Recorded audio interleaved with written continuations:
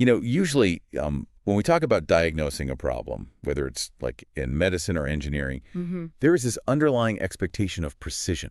Oh, definitely. Like you look at a blueprint, and you find the faulty wire, or you break your arm, right? And the x-ray shows that jagged white line. The doctor just points to the screen and says, well, there it is. Right. That's the issue. Exactly. Put a cast on it, Yeah. and it heals. It's incredibly satisfying because it's clean. It's either broken or not broken. We really crave that visibility, don't we? Why? We do. Yeah. We want our problems to be, neatly categorized and labeled.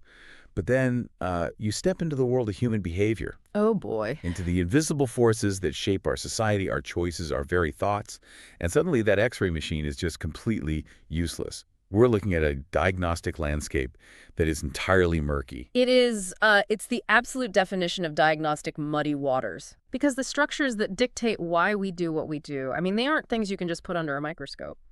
And that is exactly the terrain we are navigating today. Welcome, everyone, to today's deep dive. We are so thrilled to have you with us because, honestly, we're exploring a fascinating and, frankly, completely paradigm-shifting resource today. It really is. It is this massive digital encyclopedia, an integrated intellectual archive known as the KGB, which stands for Knowledge Base version 2.7.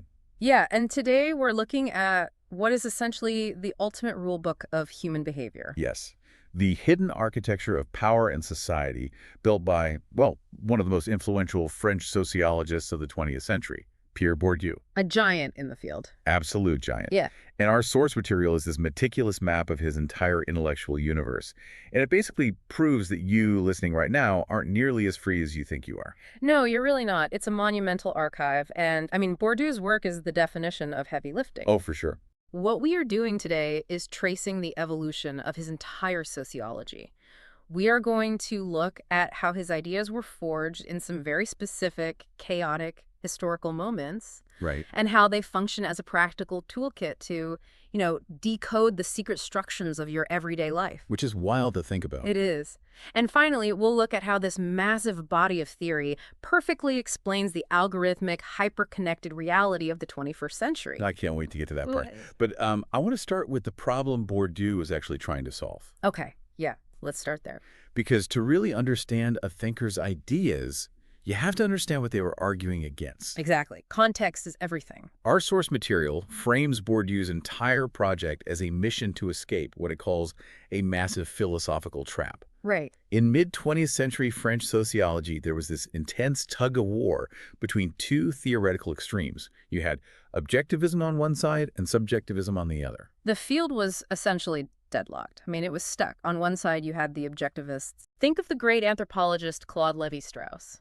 This camp basically believed that human beings are, well, puppets. Puppets, wow. Yeah. They thought society is made up of these rigid, invisible structures, deep kinship rules, linguistic codes, the economic base layers. Okay. And these structures completely control our actions. You might walk around thinking you have free will, that you chose your spouse or your career. Which we all like to think we do. Of course we do. Right. But according to strict objectivists, you are just executing a pre-written societal algorithm. You're a biological machine playing out a cultural script. Okay, so that's the we are all just helpless robots camp. Which is incredibly bleak. Very bleak. And the alternative? The alternative was subjectivism. And this was heavily championed by existentialist philosophers like Jean-Paul Sartre. Ah, Sartre. Right. Yeah, this was the era of radical human freedom. Sartre argued that humans are completely untethered free agents. Like completely free. Completely. You are the sole author of your life, defining your own essence through your choices in every given millisecond. Wow. In this view, you are not a puppet. You are an entirely free-floating consciousness, and blaming society or structures for your situation is just, well, it's bad faith. That feels equally ridiculous, just, in the opposite direction. Yeah, it really does. Because neither of those theories actually maps onto lived reality. I know I'm not a robot executing a script, right? Right. But I also know I can't just wake up tomorrow, declare my radical freedom, and decide to become the CEO of a Fortune 500 company or, like, the King of England. Exactly. You can't just wish it into existence. There are very obvious, heavy constraints on my life. So how did Bourdieu look at these two massive academic camps and find a way out? Well, he didn't find the way out by sitting in a Parisian cafe debating philosophy. Fair enough. He actually found it in the mud and chaos of a war zone. The archive specifically highlights Bourdieu's Algerian experience as the absolute catalyst for his intellectual rebellion. Okay, so what was happening in Algeria? In the late 1950s and early 60s, Bourdieu was drafted into the French military and served during the Algerian War of Independence. Oh, wow. Yeah, but he stayed after his service to do raw, intensive sociological fieldwork. So he was watching a society completely tear itself apart Exactly. because Algeria was this traditional agrarian society being brutally forced into a modernized capitalist colonial system. Right, and when you are observing people navigating extreme, violent social upheaval when, survival is on the line, Yeah. the neat theoretical models of Paris completely shatter. Bourdieu saw that the Algerian peasants weren't acting strictly according to the ancient, rigid kinship rules that a structuralist like Levi-Strauss would predict. Right, because the old rules don't work anymore. Exactly, but they also certainly weren't acting with the radical, untethered freedom of Sartre. I mean, they couldn't afford to. What were they actually doing then? If they aren't puppets and they aren't totally free, what is the middle ground here? They were strategizing. They were trying to survive by constantly adapting to shifting social realities. Okay, making it up as they go. Sort of, yeah. A farmer whose land was taken and who was forced into an urban wage labor system didn't just passively accept a structural fate, Right. nor did he freely invent a new identity out of thin air. He used deeply ingrained habits, traditions, and intuitive logic, but applied them creatively in a completely new, chaotic situation. He improvised. So they were figuring it out on the fly, but based entirely on what they already knew in their bones. Yes. And this leads to what the archive calls Bourdieu's core method, constructivist structuralism. That's the term. Now, on its face, that sounds like a total oxymoron. Constructivist meaning we build our reality, and structuralism meaning the reality is already built and controls us. It is a deliberate paradox. Bourdieu decided that sociology shouldn't just look at the abstract, invisible rules of society. Okay. And it shouldn't just look at the internal thoughts of the individual either. It needs to place practice at the center. Practice, meaning what people actually do. Exactly. What do people actually do? The structures of society absolutely exist objectively. They shape what is possible. Right. But those structures are also constantly being constructed, reproduced, and tweaked by the individuals operating within them. I'm trying to visualize what constructivist structuralism actually feels like for, just a person walking down the street. It's tricky to grasp at first. Are we basically improvising jazz musicians? Oh, I like that. Think about it. A jazz musician knows the scales. They know the time signature. They know the underlying chord progressions. Right. Those are society's rules, the structures. You can't just play any random note at any random time, or it's just chaotic noise and you'll get booed off the stage. Exactly. You have boundaries. But within those strict boundaries, the musician chooses the specific notes in the moment. They improvise, they feel the room, they respond to the bass player. They have agency, but it's bounded agency. That analogy gets right to the heart of it, especially because it highlights the physical nature of the action. The physical nature. Yeah, the archive brings in another major philosophical influence here, Maurice Merleau-Ponty and his focus on bodiliness. Bodiliness, okay. Merleau-Ponty argued that we don't experience the world primarily through our rational, calculating minds.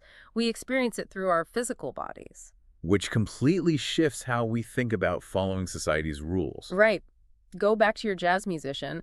A great pianist isn't sitting there doing complex mathematical equations in their head before they strike a chord. No, they're just playing. Their fingers just know where to go. The rules of music, the scales, the history of jazz, it has all been incorporated into their physical body through years of practice. It's muscle memory. Oh, wow. And Bourdieu took this concept and applied it to all of human behavior.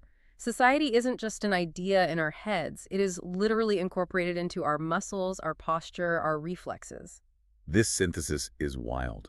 He essentially took Karl Marx's focus on class struggle, Max Weber's focus on how power legitimizes itself, and Emile Durkheim's focus on objective social facts. And he grounded all of it in the physical, sweating, improvising human body. That's a great way to summarize it. But to explain this new jazz improvisation paradigm of daily life, Bourdieu couldn't just use the old academic vocabulary. The old words carried too much objectivist or subjectivist baggage? He had to build a completely new language. And this brings us to the foundational mechanics of his entire sociological universe. The big three. The big three. If you want to decode Bourdieu, you have to master his holy trinity of concepts: field, capital, and habitus. Okay. Once you understand how these three interact, you have the master key to everything he wrote. Let's start with the arena where the game of life is actually played. In the archive, this is referred to as the field. Yes, the field. What exactly is a field in Bourdieu's world? So a field is a structured space of social positions. Think of society not as one giant monolith, but as a series of distinct overlapping domains. Okay, like what? There is the field of art, the field of politics, the field of academia, religion, corporate finance. And every single field has its own specific logic, its own unwritten rules, and most importantly, its own stakes. It's not a neutral playground, though, right? Because the archive explicitly mentions struggle and positions. It sounds like a field is a battlefield. Always. Every field is an arena of struggle where individuals and groups fight to maintain or alter the distribution of power within that specific space. So there are winners and losers. Constantly. Some people occupy dominant positions, dictating the rules, while others are in subordinate positions, trying to climb. I see the archive also highlights the tension between autonomy and heteronomy within these fields. Yeah. How does that impact the struggle? Well, it determines what forces actually matter in the arena. A highly autonomous field sets its own rules completely independent of outside forces like money or political power. Can you give an example? Take pure mathematics. It is highly autonomous. Mathematicians judge each other based purely on the elegance of mathematical proofs. Right. You cannot buy respected mathematical proof with $1 million. The field rejects that outside force. But a heteronymous field is the opposite. It's heavily contaminated by outside pressures. Precisely. Look at blockbuster filmmaking. It might claim to be an artistic field, but it is heavily heteronymous. Because it's all about the box office. Exactly. Success is largely dictated by box office returns and studio funding, economic forces completely outside the pure art of directing. Okay, that makes sense. Every field sits somewhere on this spectrum, and the players are constantly fighting over the rules. Avant-garde poets, for instance, gain prestige specifically by not selling books, which is a way of declaring their field completely autonomous from economics. Okay, so if the field is the battlefield, and we are all gladiators in various arenas, what are we fighting with? What are the weapons? Ah, the weapons. That brings us to the second core concept, capital. Now, when I hear capital, my brain immediately goes to Wall Street. Bank accounts, stocks, real estate. And that is economic capital, which is the first of the 4 types Bourdieu identifies. It is exactly what you think it is: money and property. It is the most liquid and obvious form of power. But Bourdieu's genius was realizing that money is only one slice of the pie. He blows the concept wide open by introducing cultural capital. This is the one that really gets under the skin, because it makes things we consider deeply personal into weapons. What goes into cultural capital? It's a massive category. It consists of your education, your intellect, your vocabulary, but it's also your taste in art, the books you have on your shelf, your familiarity with classical music, and even your physical posture and accent. Accent, too. Absolutely. It is the accumulated cultural knowledge that gives you a distinct advantage in navigating society. Wow. Knowing the difference between a salad fork and a dessert fork is a literal form of capital. Being able to casually reference an obscure 19th century philosopher at a cocktail party is capital. It's the currency of sophistication. Exactly. And then the third type is social capital. Which is your network. Who do you know? What exclusive clubs or alumni associations do you belong to? So, networking. Yes, it's the resources and leverage you can mobilize based on your connections. It's not what you know, it's who you know, formalized into a sociological concept. Precisely. And finally, the fourth type, which seems to act like a capstone, symbolic capital. Symbolic capital is crucial. It is what happens when any of the other 3 forms of capital, economic, cultural, or social, are recognized as legitimate and prestigious by society at large. Okay, so it's like reputation. Yes, it's honor, reputation, charisma, prestige. A war hero has massive symbolic capital. A Nobel laureate has symbolic capital. Now, the source material spends a lot of time on the concept of conversions between these different types of capital. Yes. So this isn't a static system where you just have a certain amount of one thing forever. Right. It's a dynamic economy. Capital can be converted just like currency exchange. Okay, how does that work? Let's say you are a newly wealthy tech entrepreneur. You have a mountain of economic capital. Right. But when you try to enter the elite old money social scene of New York, you realize you lack cultural and social capital. People think you are tacky, so what do? You use your money to buy the other types of capital. Exactly. You buy a massive collection of contemporary art.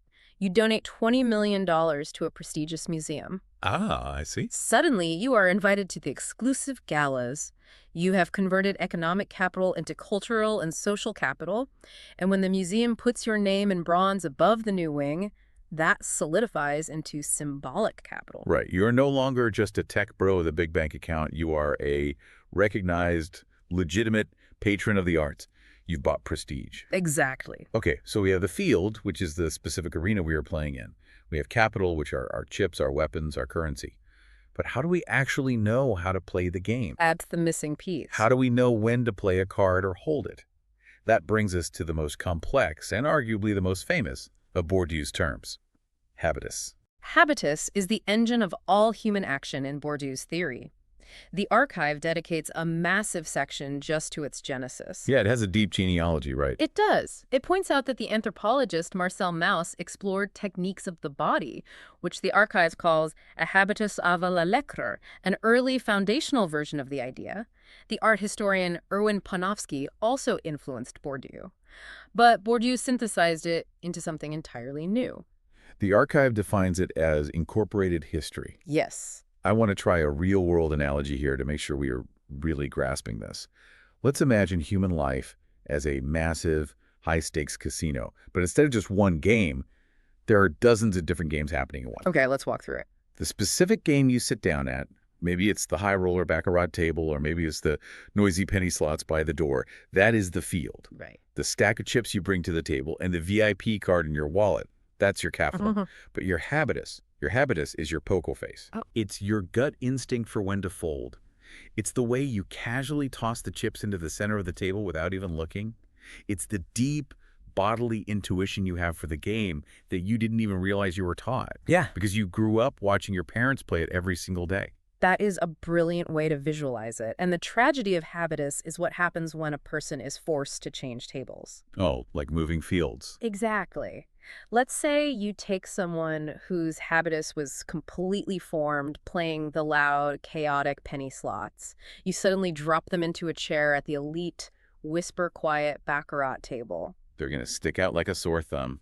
Absolutely. They might have won the lottery. They might have enough economic capital to buy into the game, but their habitus will betray them instantly. Because they won't know the unwritten rules. Exactly. They won't know the etiquette. They will be too loud or too hesitant. They will sweat.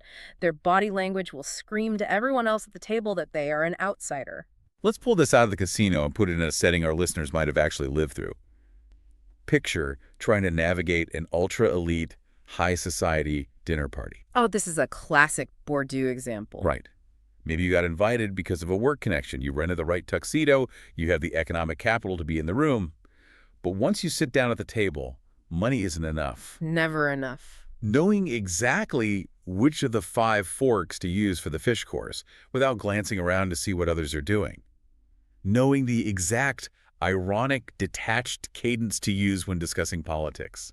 Knowing which Ivy League prep schools the other guests are joking about. That intuitive physical ease that has incorporated history.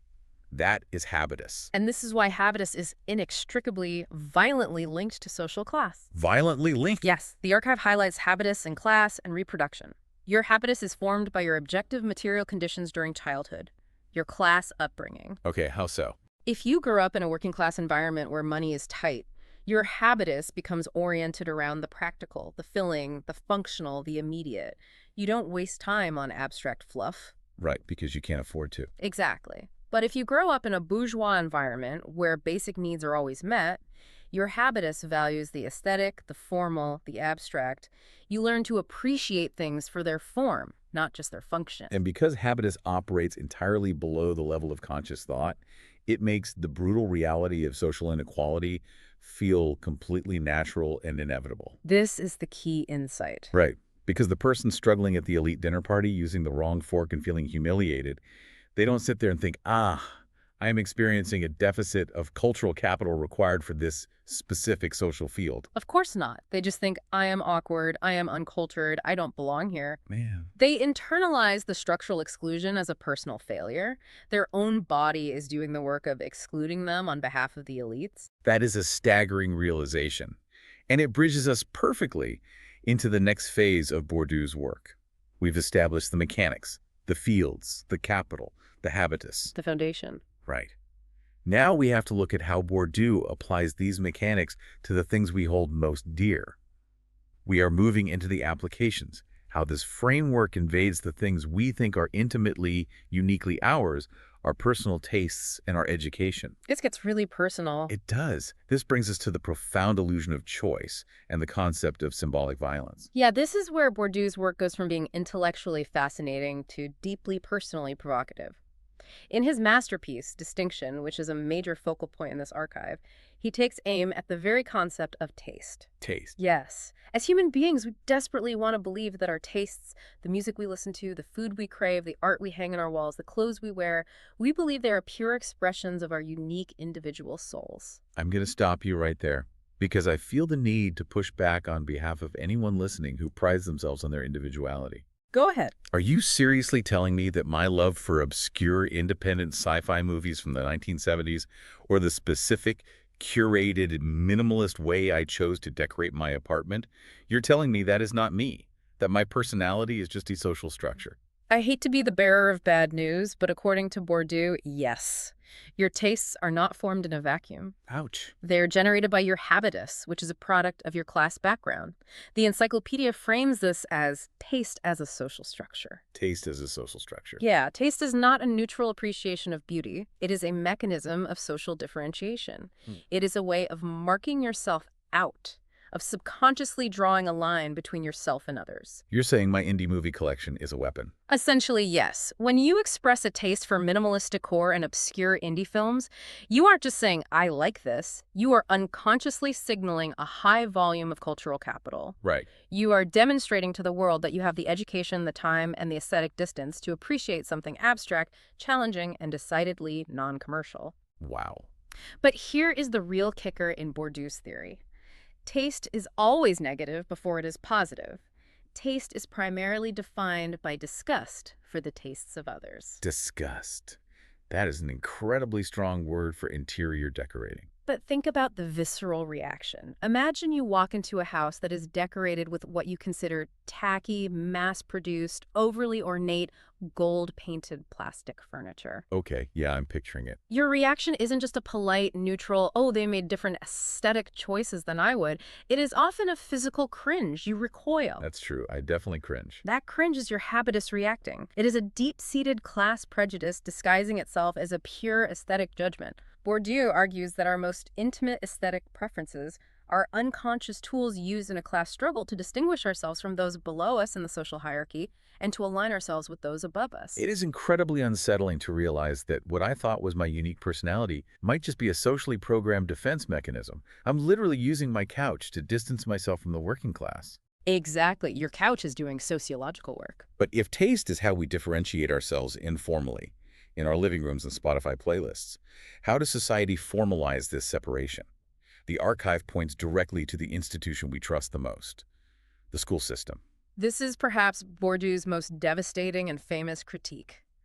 The archive explores the school as a mechanism of reproduction, the illusion of neutrality, and the exam. Okay, let's get into the exam. Well, think about how modern liberal democracies talk about education. We revere the school system. We present it as the ultimate meritocracy, the great equalizer. Right. We believe that a school is a perfectly neutral ground where every child starts at the exact same starting line, and the smartest, hardest working kids rise to the top completely regardless of where they came from. It's the foundational myth of the American dream and the French Republican ideal.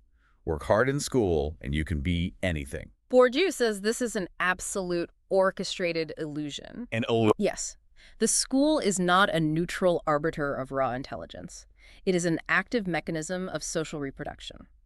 Its primary hidden function is to take the massive economic and cultural inequalities of the broader society, launder them through the classroom, and legitimize them as natural differences in intelligence. Okay, how exactly does a school do that? Let's get into the mechanics. Huh. Because if every kid in the state sits down and takes the exact same standardized test with the exact same questions, isn't that the definition of objective fairness? Let's look closely at that exam. An exam is presented as an objective measure of pure intellect. But what is it actually testing? Math, reading, science. Let's imagine a classic essay question. Compare the thematic resonance of a Shakespearean sonnet to a modern free verse poem. Okay, classic high school English question. The school claims this tests analytical reading, but in reality it is testing a very specific linguistic style, a specific sophisticated vocabulary, an ability to manipulate abstract concepts comfortably, and a familiarity with classical references. It is testing cultural capital. And who already possesses that specific cultural capital before they even walk through the doors of the kindergarten. The children of the middle and upper classes. They grew up in homes overflowing with books. Their parents naturally use complex, abstract vocabulary at the dinner table. Right, they've been immersed in it. Exactly. Weekend trips to art museums and theaters are normal. Their habitus is already perfectly aligned with the exact expectations and culture of the school system. So when they take that exam, they aren't just smart, they are swimming with the current. The test is written in their native cultural language. The working class kid, they're in a completely different boat. Exactly. A child from a working-class background whose habitus values practical knowledge, direct and unpretentious speech, and immediate problem-solving enters that exact same school and finds themselves in an entirely foreign field. It's like going to another country. They are swimming upstream against a raging current. The language of the teacher, the abstract nature of the tests, the behavioral expectations, it all feels alien. So the standardized exam isn't testing who is inherently smarter. It's testing whose home life most closely resembles the culture of the school board. Precisely. And here is where we encounter one of the absolute pillars of Bourdieu's sociology, a concept that explains why there aren't riots in the streets every day over this inequality. Which is what? Symbolic violence and its necessary twin, méconnaissance, which translates roughly to misrecognition. But let's define these because symbolic violence sounds incredibly aggressive. Yeah. But it's not physical, right? Yeah, right. No one's getting shoved into lockers by the government. No, it is far more insidious and effective than physical force. Symbolic violence is the imposition of systems of meaning upon dominated groups in such a way that they are forced to experience their own domination as legitimate. Wow. It is the ultimate magic trick of power, getting the people at the bottom of the ladder to actively agree to the rules that keep them at the bottom. How does that actually play out in the mind of the working class student taking that rigged poetry exam? Imagine the working class student who takes the exam and fails. Because of méconnaissance, misrecognition, the student does not look at the red F on the paper and say, aha, this exam is structurally biased to reward bourgeois cultural capital, thus ensuring my social exclusion. Obviously not. I mean, they're 15. They don't have that vocabulary. Exactly. Instead, the school tells them the exam is completely objective. The teachers, who genuinely mean well, believe the exam is objective. Sure. The parents believe it. The whole society agrees it's a fair test of intelligence. So, what does the student logically conclude? They think it's their fault. Yes, they think, I took an objective test of intelligence and I failed. Therefore, I must be stupid. I do not have the merit to succeed. I deserve my lower place in society. Wow. They internalize the failure. They inflict the symbolic violence upon themselves. The power structure doesn't need to deploy armed guards to keep the working class out of elite universities or boardrooms. The student has already accepted the legitimacy of their own exclusion. They eliminate themselves from the game. That is the tragedy of méconnaissance. It provides psychological comfort by making the world feel ordered and fair, even if you are the loser. Right. It's easier to believe you just weren't smart enough than to confront the terrifying reality that the entire architecture of society is rigged against you from birth. That is why Bourdieu's work is so explosive. He forces us to recognize the invisible violence baked into our most trusted, everyday institutions. So if schools and art galleries and corporate hiring algorithms are all arenas where this symbolic violence is taking place, we have to ask a bigger question. Who builds the arena? Yes. Who's in charge? Who writes the ultimate rules of the game? Who decides what counts as good culture and bad culture? To answer that, we have to zoom out. We need to look at the metastructures of society, language, and the absolute pinnacle of power in Bourdieu's universe, the state. Moving further into the source material, we encounter the state. But Bourdieu doesn't just define the state as government buildings, politicians, and tax collectors. He defines the state as a metafield. A metafield, meaning a field that encompasses all other fields. Exactly. Remember how we said every individual field, art, business, law, has its own capital and rules? Yeah. Well, the state is the overarching field that has the supreme power to regulate all the other fields. It acts like the central bank of reality. It determines the exchange rates for all forms of capital. Walk me through that. How does the state determine exchange rates? It decides what counts as legitimate. Earlier, I mentioned Max Weber. Weber famously defined the state as the entity that holds a monopoly on the legitimate use of physical violence. Like the police, the military. Right. They are the only ones legally allowed to use force. Bourdieu adapts this brilliant insight and elevates it. He says the state holds the monopoly on the legitimate use of symbolic violence. The monopoly on symbolic violence. Yeah. So the state is the ultimate factory for reconnaissance, the ultimate creator of legitimized illusion. Yes. The archive points specifically to bureaucracy and official classifications.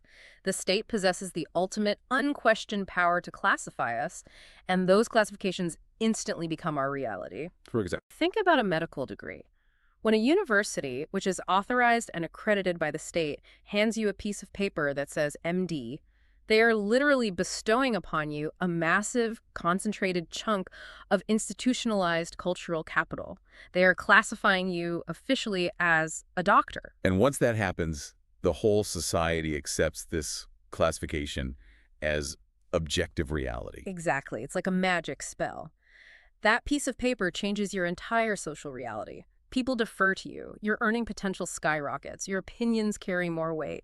The state's classification alters the physical world. Wow. Which ties perfectly into the next crucial subtopic in the archive, language and power. The source material talks about the linguistic market and the social conditions of performativity. What does it mean for language to be performative? I usually just think of language as a way to communicate information.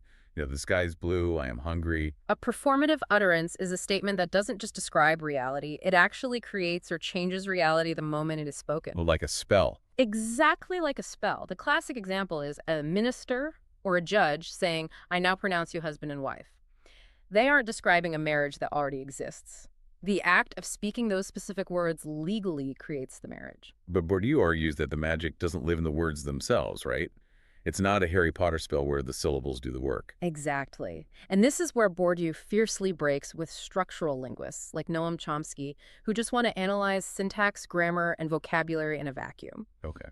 Bourdieu says you cannot possibly understand language without understanding power. The authority of speech doesn't come from the dictionary definition of the words. It comes entirely from the social position of the speaker within the linguistic market. Let's use a real-world framing to make this hit home for the listener. Imagine a judge sitting in a courtroom. The judge bangs a wooden gavel and says, "I sentence you to 10 years in prison." A very heavy, performative utterance. Right. The defendant is literally handcuffed, taken away by armed guards, and locked in a cage for a decade. Reality has been fundamentally, violently altered by a sentence. Now imagine a random person wearing sweatpants, standing in a street corner, shouting at a random passerby, "I sentence you to 10 years in prison."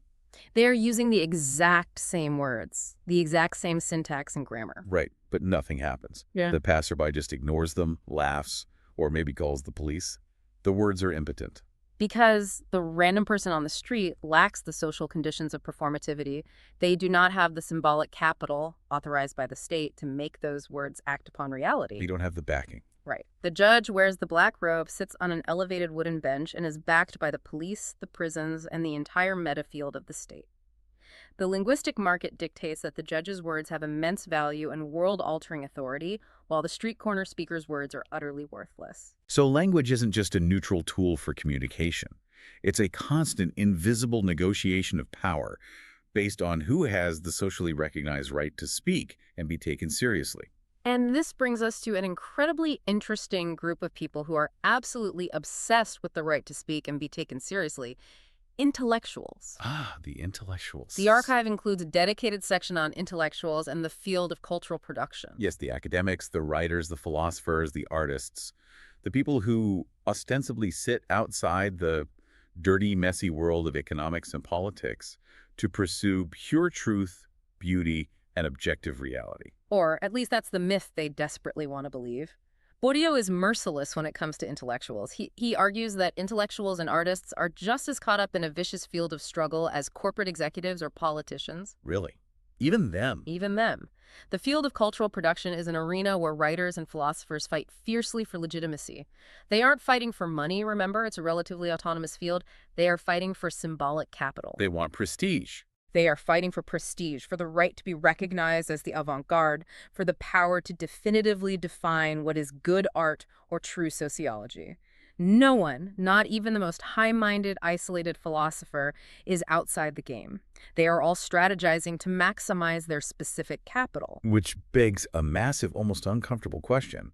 If everyone is caught in these fields, constantly strategizing, blinded by their own habitus, fighting for capital, what about Bourdieu himself? Yes. What about us right now, recording this audio, analyzing all of this? Are we just playing a game of accumulating intellectual capital by doing this deep dive? That is the perfect question, and it is exactly the trapdoor that drops us into the most advanced section of the KGB archive, reflexivity and the clashes of titans. Okay, things are heating up. We are moving into advanced epistemology and the fierce critiques of Bourdieu's work, and the very first concept here is reflexivity. Reflexivity, meaning turning the sociological microscope back onto the scientist. Precisely.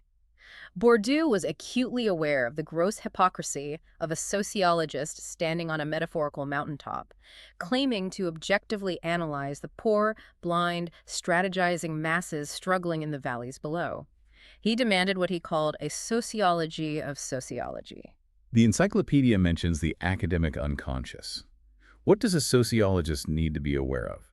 Researchers have their own habitus. They have their own deep-seated biases rooted in their class background, but more importantly, rooted in their specific position within the academic field. Because they have a lot of capital themselves. Academics possess a massively high volume of cultural capital, and they have a deep, unconscious, vested interest in maintaining the prestige of that capital. So they're biased to protect their own status. Exactly.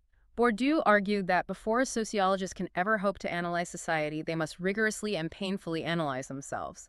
They must understand how their own desire to be an objective, detached observer is itself a socially constructed position that gives them power and prestige over the people they are studying. He is basically saying, check your own structural blind spots before you try to map everyone else's. Yeah.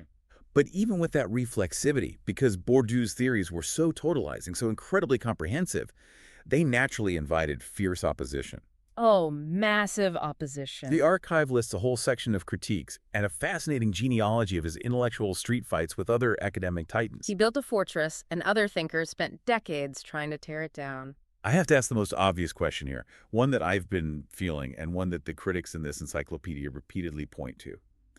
The accusation of determinism. Ah, yes. Determinism. If my habitus programs my tastes from birth, if the fields dictate the rules of my career, and if the state's metafield controls all the capital and the language, am I just trapped? Look, it feels like it. Is Bourdieu basically offering us a brilliantly articulated but completely depressing, inescapable matrix where we only think we have free will? You have hit on the most common and arguably the most powerful critique of Bourdieu. Critics look at his architecture and say his system is so perfectly closed, so seamlessly interlocking, that there is no oxygen left for genuine social change or individual agency. Right, because if the system is perfect, nothing changes. If the education system perfectly reproduces class inequality and the dominated classes perfectly accept it through reconnaissance, how does a revolution ever happen? How does a paradigm ever shift? If the machine works perfectly, history should just freeze. Right. It feels incredibly fatalistic. So who are the thinkers fighting back against this mechanical view of society? The archive lists several key alternatives who tried to pry open Bourdieu's closed system. For instance, Bruno Latour and his actor network theory, or ANT. What did Latour argue? Latour criticized Bourdieu for being entirely too focused on human social structures. Latour argued that non-human objects, technology, microbes, legal documents, speed bumps, also have agency and shape society in ways that disrupt these neat, human-centric fields. Wait, speed bumps have agency? Well, they force you to slow down, right? They change human behavior. You can't just look at human capital. You have to look at the network of objects we interact with. That's fascinating. And what about Luc Boltanski? The archive mentions him developing pragmatics. Boltanski is fascinating because he actually started as Bourdieu's star student, but broke away because he found the theory too suffocating. A student turning on the master. Yes. Boltanski argued that Bourdieu completely ignored the conscious, critical capacity of ordinary people.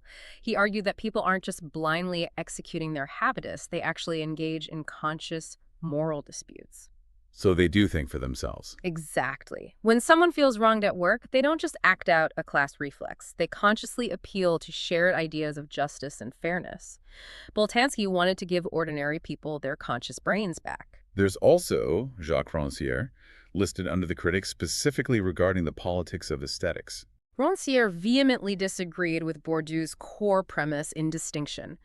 Remember how Bourdieu said working-class people have a taste for necessity, that their habitus forces them to only like what is functional and practical? Right, because they don't have time for abstract art. Rancière argued this was incredibly patronizing. He looked at historical archives and found 19th century manual laborers writing beautiful poetry, publishing underground newspapers, and engaging in high philosophy late at night. Oh, wow. Rancière argued that people can, and constantly do, break out of their prescribed social positions through aesthetic and intellectual emancipation. They refuse to play the role society assigned them. So the critics are desperately trying to pry open a space for actual freedom, unpredictability, and resistance that Bourdieu's massive machinery seems to crush. But there is one clash in this archive that stands out above all the rest. It's almost like a heavyweight title fight in 20th century philosophy. The clash over power itself. The big one. Section 17 in the archive, Bourdieu versus Foucault. Yes, Michel Foucault. If Bourdieu was one titan of late 20th century French thought, Foucault was the other. They were contemporaries, they walked the same halls at the Collège de France, but their approaches to power were fundamentally incompatibly different, which caused significant tension. Break this down for us. Because they both talk constantly about power, they both talk about how society shapes the body, but reading their text, it sounds like they're describing two completely different universes. It comes down to a fundamental question. Where does power actually live? For Foucault, power is everywhere. It is omnipresent. Everywhere. Yes, it lives in discourse, the ways we talk about and categorize the world, like madness, sexuality, or criminality. For Foucault, power is a diffuse, capillary network that flows through all of society, constantly producing knowledge and shaping human subjects. So it's not held by one person. No, Foucault doesn't tie power to a specific group of rich people or a specific type of capital. It's almost atmospheric. It's the air we breathe. And Bourdieu hated that idea. Bourdieu found Foucault's view of power completely maddening.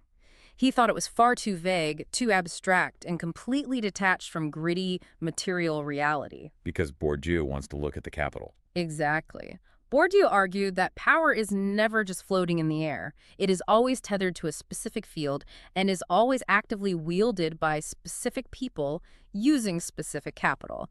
You can't just talk about power in the abstract. You have to point fingers. Like who has the money and who has the degrees. Right. Who exactly holds the economic capital in this room? Who controls the cultural capital in this specific university department?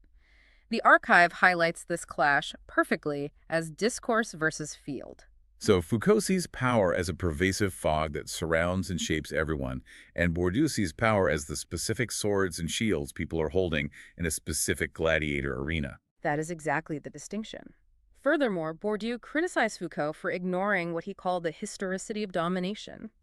Bourdieu insisted that you have to look at the genesis of these structures, how they were intentionally built over generations by specific ruling classes to maintain their dominance and hoard capital.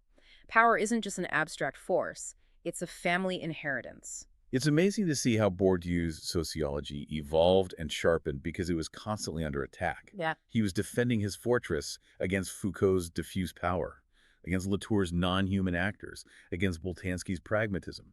He had to keep refining his concepts of habitus and field to answer these challenges, but as massive as these debates were, they were all taking place in the 20th century. They were forged in a world of analog institutions, printed books, and television. And society, obviously, hasn't stopped evolving. We don't live in the Paris of the 1970s. We live in a hyper-connected, algorithmic, digital reality.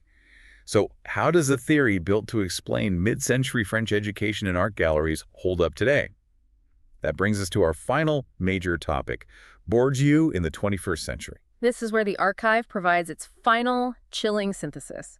And this is where Bourdieu's theory goes from being an interesting historical framework to becoming terrifyingly predictive of our daily lives right now. Let's get into it. The encyclopedia directs us to look at the evolution of neoliberalism, the rise of the new elites, and most crucially, algorithmic reproduction and social media. Let's start with neoliberalism and the new elites. The economic and political landscape has shifted massively since Bourdieu wrote Distinction.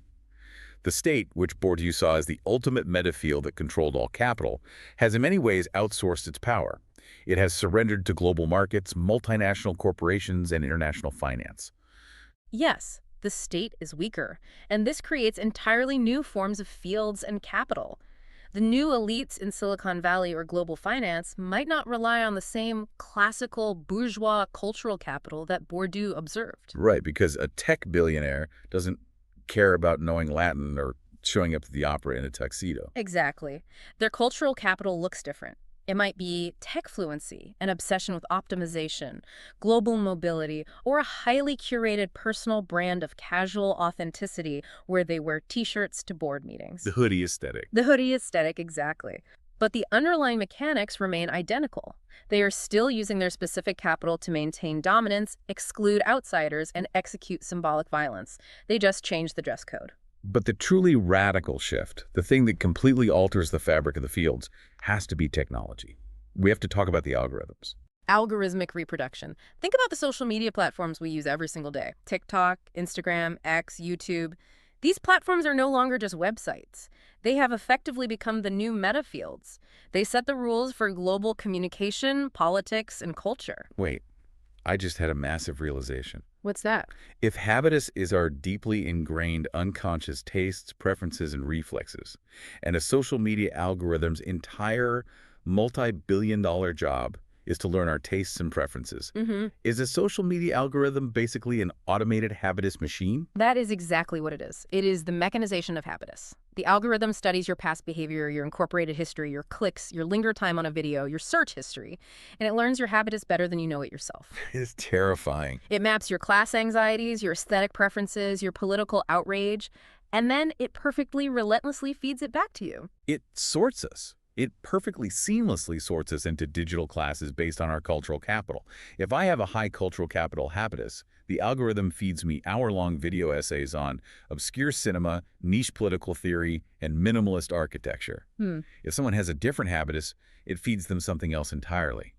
And it traps us there. We think we're exploring the world, but we are just walking on a treadmill of our own habitus. It creates an echo chamber that perfectly mirrors Bourdieu's concept of social reproduction, but it does it at the speed of light, billions of times a day. And let's look at capital on social media. It has never been more literal, more quantified. Oh, absolutely. Likes, retweets, followers, views. These are the purest, most brutally quantified forms of symbolic and social capital ever invented. You literally have a scoreboard of your social prestige attached to your profile. Yes. You are accumulating a numerical score of capital. And people convert this constantly. You gain massive social capital by posting viral content, and then you instantly convert that into economic capital via brand sponsorships, merchandise, and ad revenue. The complex conversions of capital Bourdieu wrote about in the 70s are now the explicit, automated business model of the entire influencer economy. But here's the darkest part, tying back to what we learned about the school system and the exams. Symbolic violence. How do algorithms execute symbolic violence? By invisibly dictating what is considered legitimate, what goes viral, and what is considered tasteful or cringe. The algorithm sets the standard for success and visibility in the digital field. But crucially, it hides its own rules. The algorithm is a black box. Reconnaissance. Misrecognition all over again. Exactly. When a young creator spends hours making a video and it completely flops, getting 0 views, they don't blame the opaque, proprietary algorithmic structure built by a mega corporation designed purely to maximize ad revenue and engagement. No, they don't see the structure. They don't recognize the structural exclusion. They blame themselves. They think, I'm not funny enough, I'm not attractive enough, my lighting is bad, my content is worthless. They internalize the structural failure of the algorithmic field as a deep personal flaw. And we, as everyday users, experience the exact same misrecognition. We think the algorithm is just a neutral technology giving us what we want. We experience the illusion of Sartre's absolute freedom, like, I am choosing to scroll, I am choosing what to watch, I am building my own feed. Right. While in reality, we are being rigidly mathematically structured by a system designed to extract our attention for profit. It's the ultimate objectivism, disguised as the ultimate subjectivism. You have just perfectly synthesized the entire journey. Bourdieu's constructivist structuralism, his theories of capital and symbolic violence, perfectly mapped onto the Silicon Valley architecture of the 21st century. The game hasn't changed. The board just got digitized. Wow. Okay, I need to take a breath. That is a lot to process. As we move to wrap up this incredible deep dive, let's quickly retrace the steps we've taken through the KGB source material today. We covered an immense amount of theoretical ground. We started in the mud and chaos of the Algerian War, watching Bourdieu break free from the philosophical trap of seeing humans as either pure biological robots or pure free agents, inventing his practice-based sociology of improvisation. We then decoded the core mechanics of his universe. The field as the arena of struggle, capital as the varied weapons of class warfare, and habitus as the deeply ingrained bodily intuition for how to play the game. We looked at the painful illusions of our own lives, how our unique, supposedly individual taste is often just a weapon of social distinction and disgust, and how our schools use standardized exams to commit symbolic violence, laundering systemic social inequality into personal merit and failure. We zoomed out to see how the state and language act as the ultimate arbiters of reality, turning mere words into performative power through the monopoly on symbolic violence. We explored the intellectual bloodbaths, as Bourdieu turned his sociology on himself, demanding reflexivity, and battled titans like Foucault, who accused him of trapping humanity in a deterministic matrix. And finally, we projected all of this history into the present day, realizing that social media algorithms are essentially automating our habitus and weaponizing symbolic violence at an unprecedented global scale. It is a profound, deeply unsettling toolkit for seeing the invisible wires attached to everything we do. But before we go, we want to leave you with one final thread to unravel on your own, something to mull over that builds on everything we've discussed today. We established earlier that, according to Bourdieu, the state holds the monopoly on symbolic violence. The state defines what is legitimate, it prints the diplomas, it empowers the judges. Right. The state is the central bank of reality. But if social media platforms and their algorithms are the new metafields, if tech companies are now the primary engines reproducing our habitus, sorting our capital, and dictating our cultural reality, what happens to society when that monopoly on symbolic violence shifts? That's a scary thought. What happens when the power to define reality moves away from the democratic public state and into the hands of a few private tech companies operating in complete unregulated secrecy? That is the thought we want to leave you with. When you go back to your life after this, when you pull out your phone and start endlessly scrolling through your customized, algorithmically perfect feed, I want you to remember that muddy, murky diagnostic x-ray we talked about at the very beginning.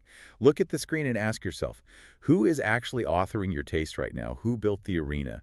And whose game are you really playing? That's a question we all need to ask. Thank you so much for joining us on this complex, deeply rewarding deep dive into the hidden architecture of the social world. Keep questioning the rules.